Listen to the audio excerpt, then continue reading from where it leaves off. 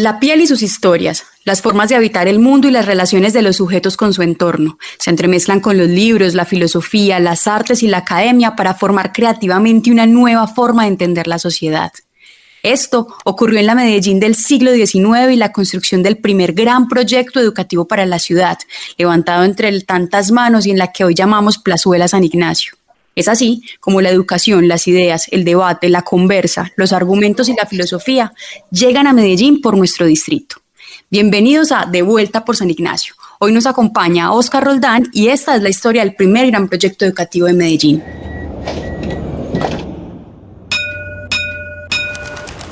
Todos vamos de vuelta por San Ignacio. El podcast que cuenta historias, que colorea calles y dibuja personajes de este distrito en el centro de Medellín. De vuelta por San Ignacio, un espacio patrocinado por Grupo Argos, inversiones que transforman.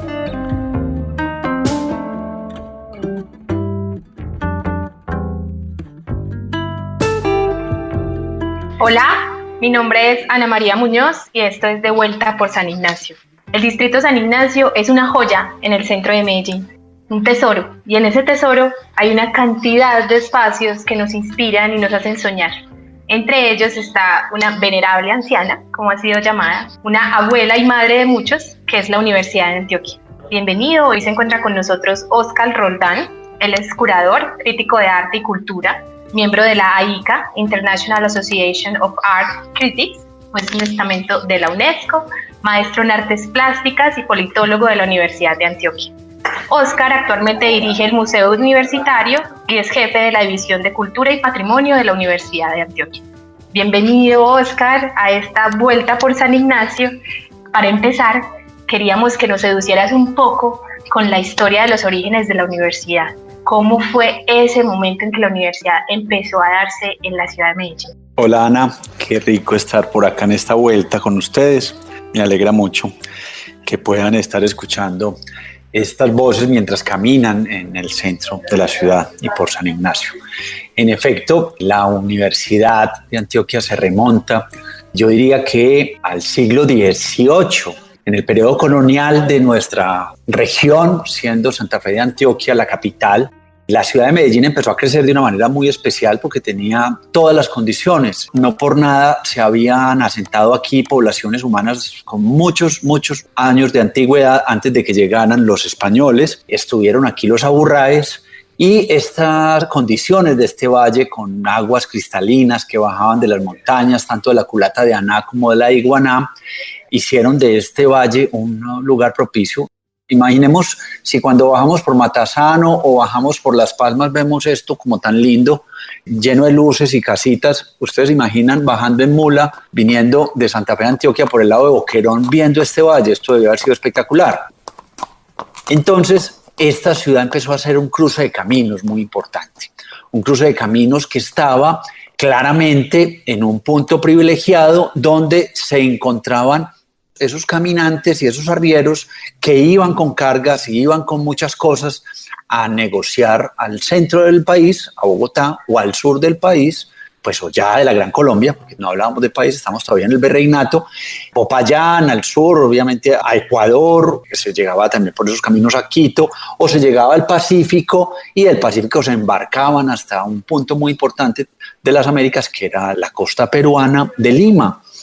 Nuestro territorio evidentemente empezó a crecer de una manera muy importante y los habitantes, que para mediados del siglo XVIII, 1945, ya eran más de 20.000 almas, como eran catalogados, empezaron a decir, hombre, pues si ya somos tantos aquí, necesitamos un colegio. No había colegio, a los muchachos habían que mandarlos para Bogotá o para Popayán si querían que estudiaran pues en tierras americanas, porque lo que se usaba con los criollos, como se llamaban los españoles que habitaron esta tierra y que se había mezclado con líneas de personas que habían sido de pueblos originarios americanos, pero además también con personas que habían llegado del continente africano, empezaron también a tener conflictos para mandar a sus queridos a Europa, porque no todos eran bien recibidos en Europa y mucho más si eran personas cruzadas racialmente. Esto hizo que la sociedad antioqueña, asentada en Medellín y con el beneplácito de Santa Fe de Antioquia, se manifestara ante la corona y para 1801 se recibiera la cédula real que otorgó el rey Carlos IV, donde, y lo quiero leer porque es que es muy hermoso lo que dice: la villa de Medellín y su jurisdicción es de 25.000 almas, que hay muchos vecinos decentes y acomodados, que aquel es el lugar más floreciente de la provincia y mayor, aunque el de Antioquia, su capital, o sea, Santa Fe, que está situado casi en el centro del gobierno, que en toda la provincia no hay otra región, ni colegio o casa de enseñanza, que los eclesiásticos son pocos, que hay falta de operarios para la administración del pasto espiritual, óigase esto, del pasto espiritual, y mucha más de maestros para la enseñanza pública de los jóvenes que tienen comodidad, disposición y talento, que la distancia de Medellín a Santa Fe y a Popayán, en donde hay estudios, es mucha, y crecidos los gastos que hacen los padres de familias enviando a educar sus hijos, son el inconveniente separarlos de su lado. Eso dice la cédula real firmada por Carlos IV, que reposa pues en nuestro museo histórico y que es un baluarte inmenso. Ahora, eso lo que hizo fue que le entregó, como fue hasta 1995, esta es la última de 4 universidades de nacimiento virreinal, ¿ya? Que están en el virreinato, que están en ese proceso poscolonial muy importante o en la colonia. Esas 4, y yo creo que hay que mencionarlas, son la Universidad del Rosario, la Santo Tomás, la Universidad Javeriana en Bogotá y la Universidad de Antioquia Medellín. Siendo esta la única de las universidades pública que se conserva como pública. Eso es un anacronismo muy fuerte porque es que nada más pensemos que el pensamiento de lo público es absolutamente contrario a la monarquía, al menos lo público nuestro. Uno pensará pues que los rosarinos todavía quieren mucho su idea de vínculo con la corona española, pero nosotros no. Somos la única universidad en Colombia de origen virreinal pública. Por ejemplo, para la gente poder acceder a la Universidad del Rosario, tenían que mostrar proceso de blanqueamiento de sangre para que la gente pudiera acceder. Sí, a los colegios no entraba cualquiera. Y yo quiero hacer como una separación porque esto empieza como un colegio y así existan ya las universidades desde el siglo XI y XII. Las universidades nacen como colegios. A lo que se llega es que se le pide a la comunidad franciscana que se desplace y que llegue a Medellín. Y ya en 1803 llega una comisión pequeña de 5 personas, entre ellos los frailes, Fray Rafael de la Serna y Juan Cancio Botero, y los 3 laicos, Antonio Suárez, Luis Gutiérrez y Nicolás Bernal. Era una comunidad de varones, que son los franciscanos, que van a ser echados en el siglo XIX muchas veces, pues de ahí. Esto tiene unos intrínculos muy complejos que pues tendríamos que hacer más o menos unos 300 podcasts para poder contarlo todo. Pero entonces, volviendo sobre esto, esto nace como una necesidad de instruir en varios ámbitos. Y esos ámbitos son básicamente la gramática, la filosofía y el latín. La filosofía, que hasta el momento no había llegado la ilustración a estas tierras y no se conocían o no se desarrollaban las filosofías de René Descartes y mucho menos pues la del judío maldito, que es una filosofía extraordinaria y fascinante, que es la filosofía de Spinoza.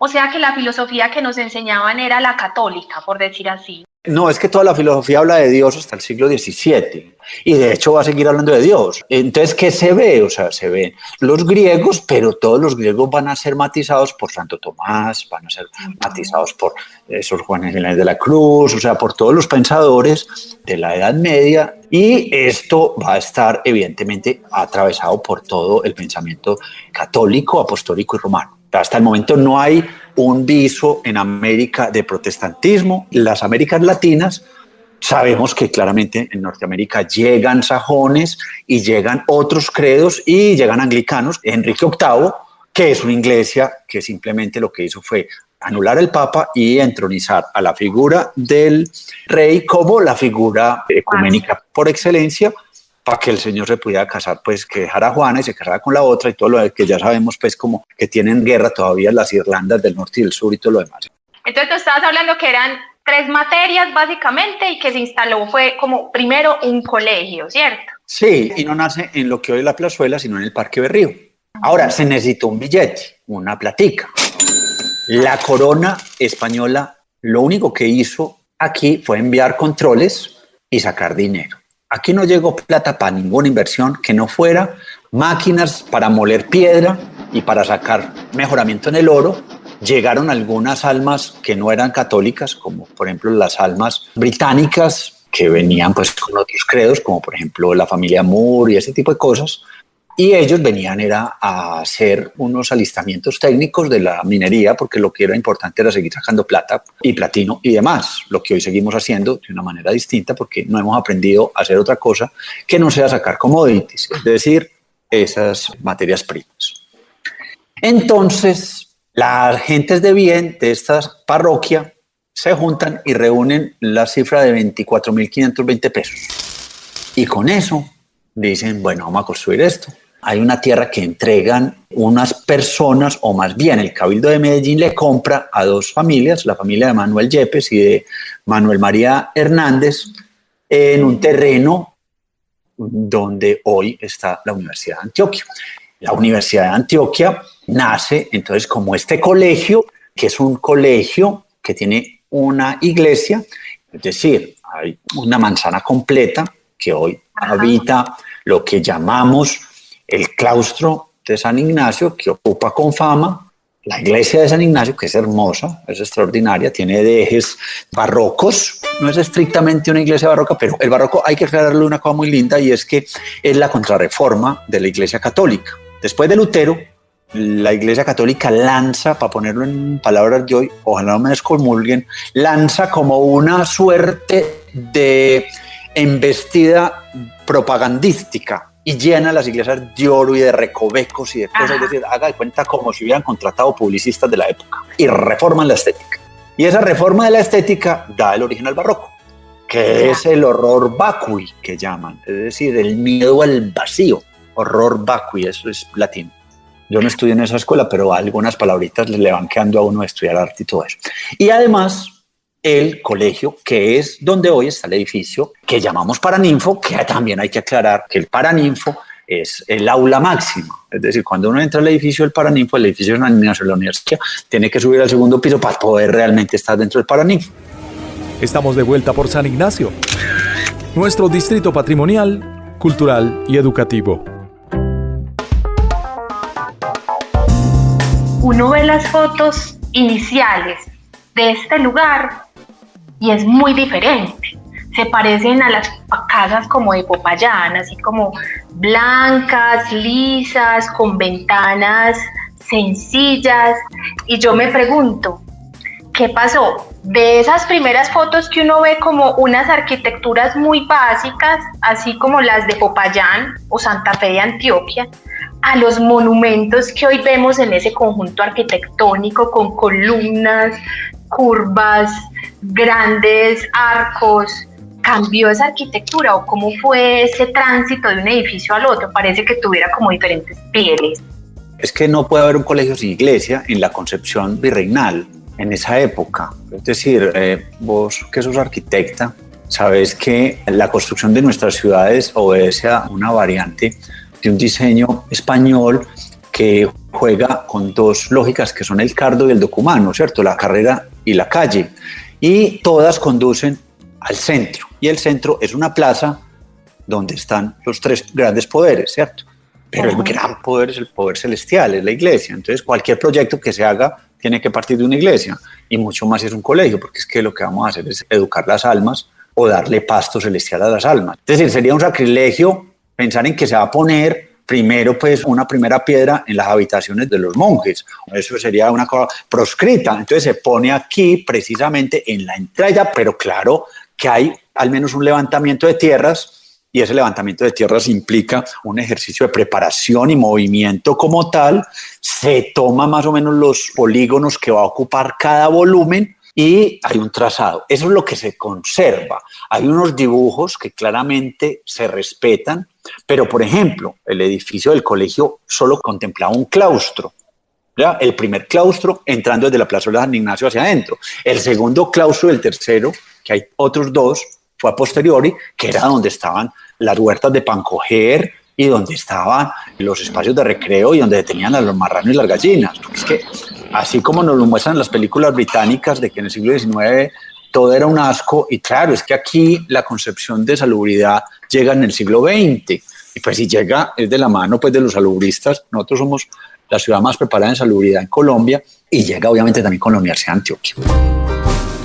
Eso cambia con el tiempo, es decir, es que hay una cosa que es muy linda, y es que la idea llama el contenedor. Entonces, en la medida en que se fueron apropiando ciertos sistemas de pensamiento, y más que de pensamiento, fue cambiando la realidad. O sea, nosotros pasamos de un año 1803 con una situación muy compleja, porque van a llegar las invasiones napoleónicas a España, van a coger a la familia real y la van a acorralar. Apenas vieron que al rey lo cogieron, empezaron las independencias en América. Es que eso no es gratuito. Y eso cambia radicalmente el panorama. ¿Por qué? Porque nada de lo español nos servía en ese momento. O sea, después de 1919, después de 1921, con la Constitución de Angostura y con todas las reformas y haber pasado el tiempo de la retoma y que llegó Morillo a las tierras americanas, y que esto fue una cosa terrible, y que llega la patria boba y todo lo demás, y que el Libertador pues ya se va para el sur a seguir sus andanzas y demás, nosotros quedamos aquí con unas ideas cambiadas de lo que esperábamos que fuera la educación para las Américas, y especialmente para esta geografía. Nosotros ya no confiábamos en la educación española y empezamos a ver otras lógicas, y se empezaron a adoptar otras doctrinas. Los franceses van a ser muy importantes acá, en esta tierra. De hecho, van a ser importantes a lo mejor en Bogotá. Allá se come más pan que arepa. Todo esto tiene que ver con los modelos de adopción. Nosotros hemos sido una patria muy compleja, con una nación en ciernes siempre, que se ha venido armando, y el proyecto educativo era fundamental. Y llega claramente unos estudios y unas cosas posteriores que van a ser muy avanzadas y que no van a esperar el origen mismo de la universidad para llegar. Es decir, Horacio Marino Rodríguez no había nacido cuando se hizo la Universidad de Antioquia, y es el arquitecto que va a finalizar todas esas construcciones, por ejemplo. Me parece que es una historia fascinante, porque es como nada está ahí por accidente, y si caminamos por San Ignacio, hoy en día esas grandes estructuras, como conocer que eso es el reflejo, en este caso, como nos cuentas, de un proyecto republicano, de una idea de instaurar una nación, pero a la vez que es cruzado por un montón de otros nuevos tipos de colonización o otras maneras de conversar con el mundo. Y el origen de la universidad, y los personajes que pasan, y las guerras fratricidas del siglo XIX, y la toma del claustro para que fuera bastión de encuentros. Aquí hay mucha tela para cortar. Habrá que decir que uno de los grandes el conocimiento en Colombia, el sabio Caldas, justo encima del Paraninfo está el Observatorio Astronómico de Caldas. Perdón, es que no era solo comunicarnos de nosotros, era comunicarnos con las estrellas, era comunicarnos con la manera de entender la medición de la Tierra. Hay que recordar la conexión que tiene Caldas con Mutis, pero no solo con Mutis, con Carlos Guineos, el origen mismo de la ciencia europea. El gran caminante de las Américas, Alexander de Humboldt, se va a comunicar con ellos todos. Yo hablo de eso y se me paran los pelos, porque es una cosa que nos dice que sí había por qué hacer un colegio con todas estas garantías para que nosotros hoy tengamos la posibilidad de reconocernos como ciudadanos.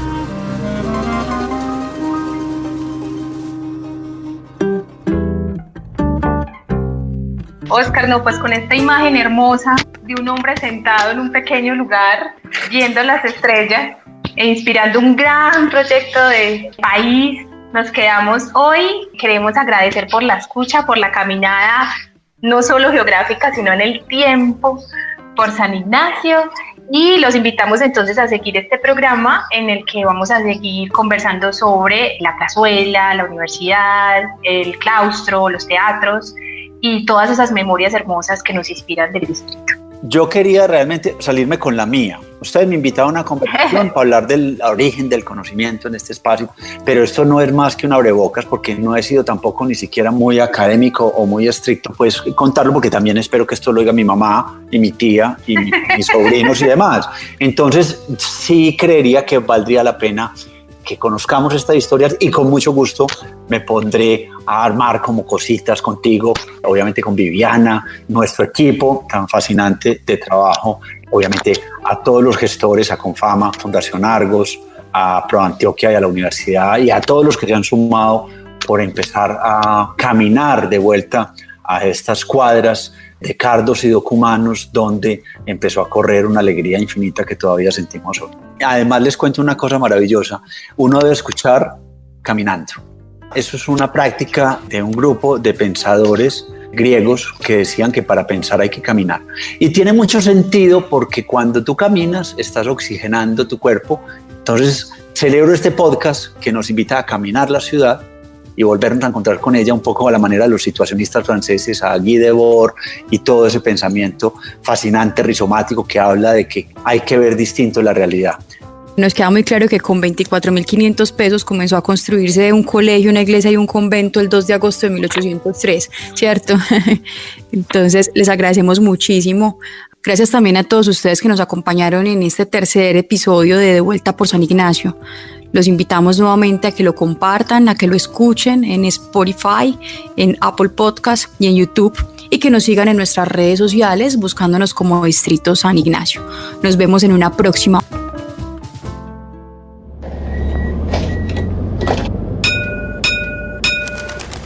San Ignacio, Patrimonio, Cultura y Educación.